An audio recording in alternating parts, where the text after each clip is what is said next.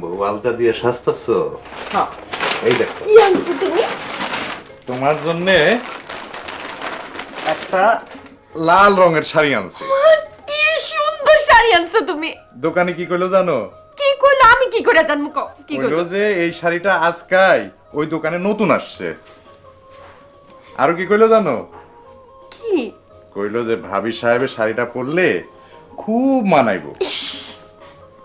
শোনো, কালকা অফিস থেকে আইসা যেন দেখি বেগম সাহেবের পরনে এই শাড়িখানি। তারপর তারপর কি? তারপর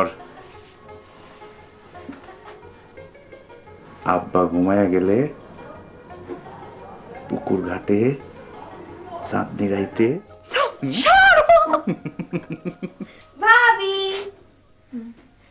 দেখো তোমার কেমন লাগতেছে? সুন্দর, খুব সুন্দর। একটা টিপ দিলে আরো ভালো লাগতো। টিপ টিপ কি বানছি তোমার? টিপ এই যে টিপ। এই যে টিপ দিই। লাল।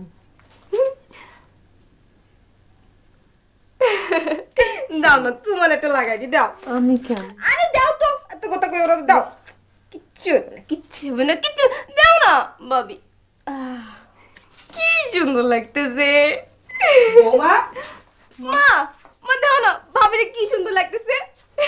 আচ্ছা আমিও যাই।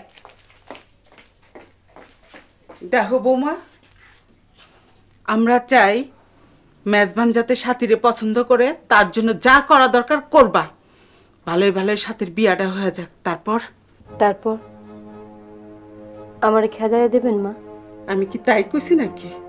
তাই তোমার বাবা চায় তোমার আবার বিয়া দিতে। তাছাড়া একটা নাতি থাকলে কথা ছিল। নাতি থাকলে কি হইতো মা?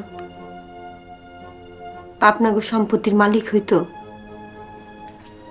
এই সংসারে আমার অধিকার বেশি হইতো? দেখো বৌমা, কে না চায় ঘরে একটা নাতি থাকুক? আর আমি কি চাই তার কোনো দাম নাই মা।